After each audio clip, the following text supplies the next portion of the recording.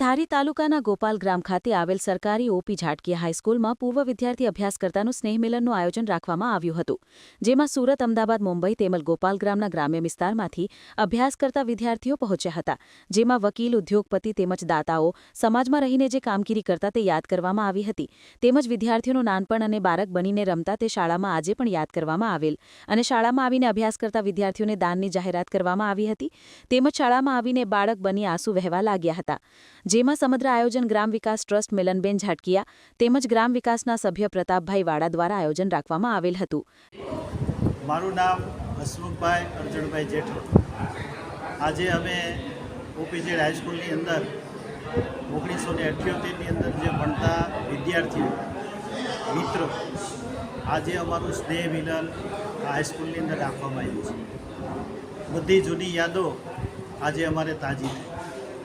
વર્ષોનું જે સપનું હતું એ આજે અમારું પૂર્ણ થયું અને સિનિયર સિટીઝનમાં આવ્યા પછી અમે બધા વિદ્યાર્થીઓ આજે ભેગા મળ્યા, એકબીજાના સુખ દુઃખની વાતો કરી, ખૂબ જ આનંદ આવ્યો।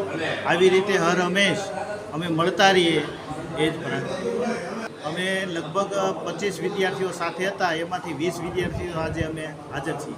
સુરતથી આવ્યા છે, અમરેલીથી આવ્યા છે, સાવરકુંડલાથી આવ્યા છે, પછી ચલાળાથી આવ્યા છે અને ઘણા ભાગના ગોપાલ ગામના।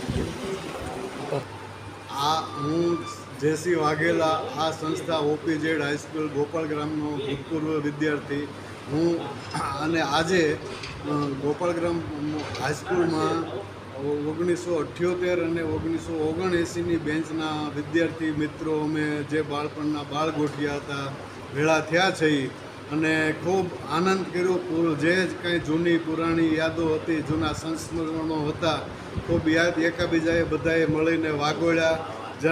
ઘણા મિત્રો 30, 35 વર્ષથી મળ્યા નહોતા, એને બધાને મળીને ખૂબ આનંદ થયો।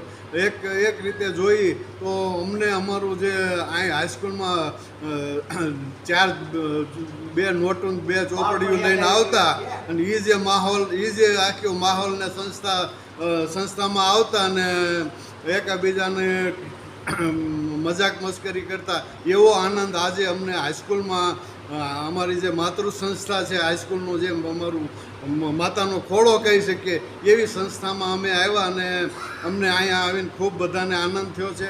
આજે એક અમારી જે માતૃ સંસ્થામાં અમે અહીં હાજર રહ્યા। રિપોર્ટર પ્રતાપભાઈ વાડા, ધારી, અમરેલી।